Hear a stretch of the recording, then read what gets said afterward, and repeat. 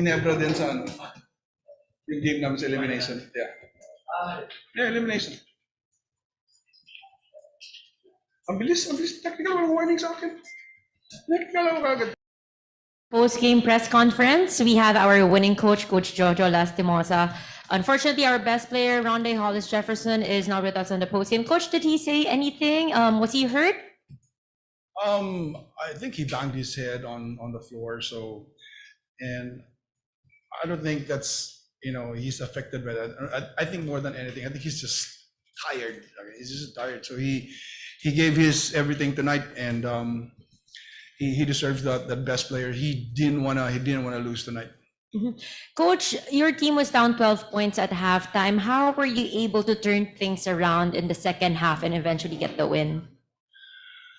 I don't want to say it in public, but you know what I mean. But we can't blame our deficit in the first half because of some areas where we have no control of. And I think the message was at halftime is that they actually outplayed us in the first half, and that was the message. If we want to get back into this game, we need to have a little bit more effort than them. And I think in the third quarter, I think that started, the guys started defending really well, executing really well, and going back to what we do best. Coach, unfortunately for Ginebra, Justin Brownlee was not feeling well. He didn't play majority of the game. But any comments on how the game was played out and how your players didn't take things lightly and just capitalize on the situation? I don't know what happened to Justin. I hope he's fine. I heard na parang he sprained his ankle, so I really don't know. But not having Brownlee there, it's of course we have to take advantage of that without an import, without Brownlee there. But I don't think he's gonna miss that sixth game, or if there's a seventh game, I think he's gonna be there. He's also a warrior, so we're counting everyone to be present on Friday.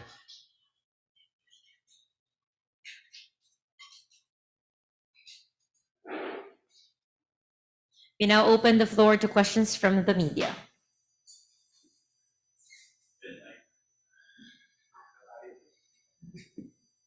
Coach, actually si Brownie had food poisoning daw eh. So it didn't show. Actually, he was playing well. Although the obvious sign was that he was just tired the whole game. Like, I think every shot that he took it took everything from him. So I hope he's fine.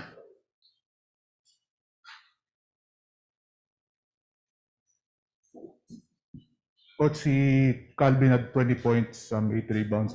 You're expecting him to step up with Pogoy out. Thoughts mo lang doon, Coach? Yeah, that's a huge help. The hardest thing in this league is to be consistent. And Calvin, he's still trying to be that person who will be consistent. And you cannot be up and down in this series or even in your game. So if you have a bad game, dapat hindi masyado masama.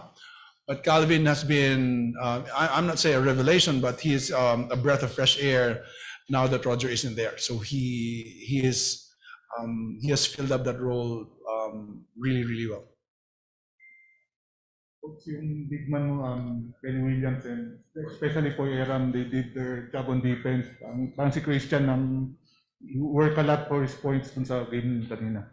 Yeah, Christian was a monster tonight.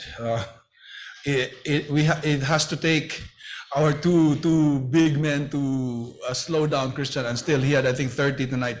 And I thought if we won't be able to control Christian without Brownlee there, I think Christian would have easily carried the team tonight. And we just had some really crucial stuff down towards the end with Poy there and Kelly. So that was huge. Eventually Christian would tire out, and that was I was hoping, and he was really tired.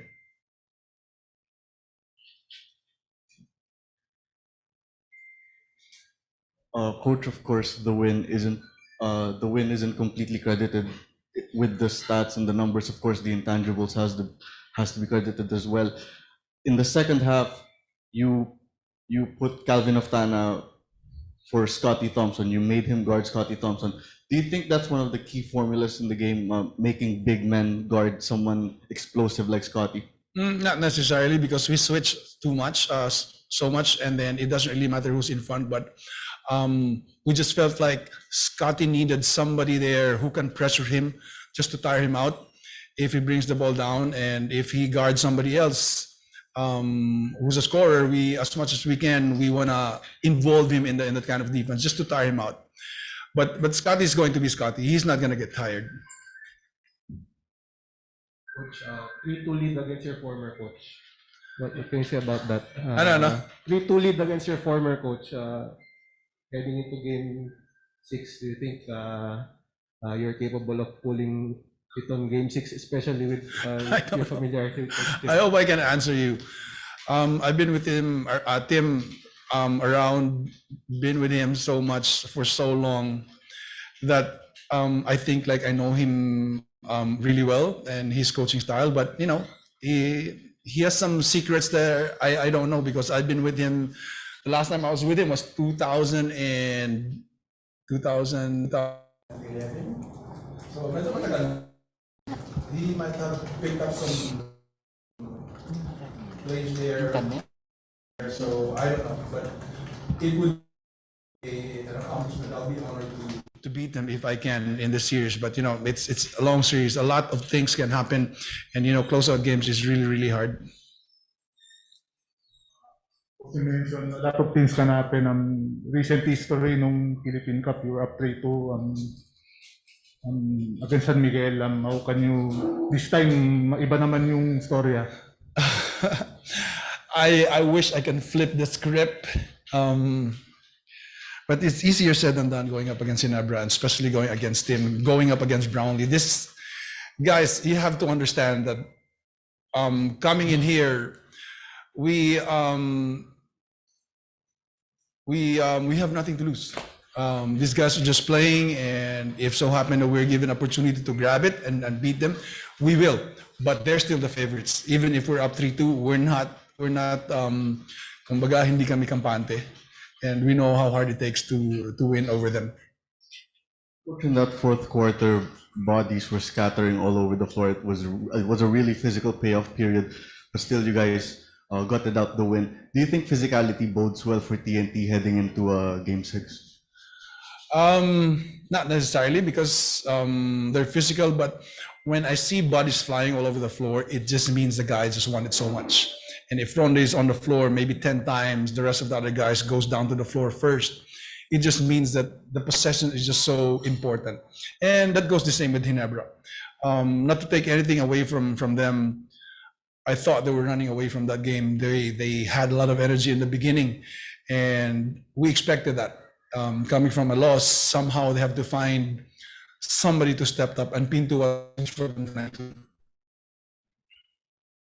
Coach, a couple of questions lang. Number one, what's the status of Jason Castro? Was that cramps or a sprain? And sige mo na. Di ko alam kung ano nangyari kay Jason. I think he hit his shoulder, or I don't know. So I have to ask them. So I'm not sure what happened. Then, Coach, can you just comment then on the big shots of Glenn Cobontin in the Meron third ba? quarter? Meron ba? I thought every shot that gave us the trim down the lead or gave us the lead is huge. And even every stop, every deflection that we can get the ball and turn the ball over for us, everything was huge. In the final, everything is just magnified. And that wraps up our post-game press conference. Thank you very much, Thank you. Coach. Congratulations.